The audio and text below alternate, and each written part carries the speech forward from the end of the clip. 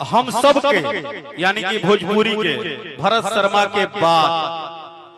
अगर किसी ने भोजपुरी के चरम सीमा को आगे तक बढ़ाया तो अकेला पवन सिंह है, दूसरे किसी को नहीं बोलूंगा। और बस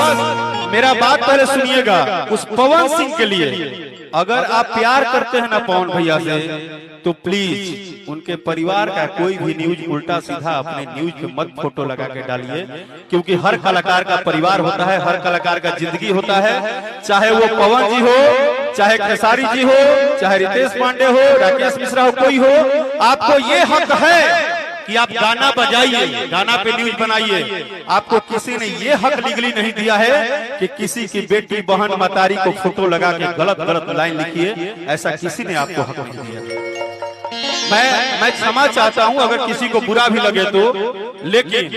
आपको बता दूं, मैं उन करोड़ों भाग्यशाली में एक हूं जो आरा में पैदा हुआ हूं,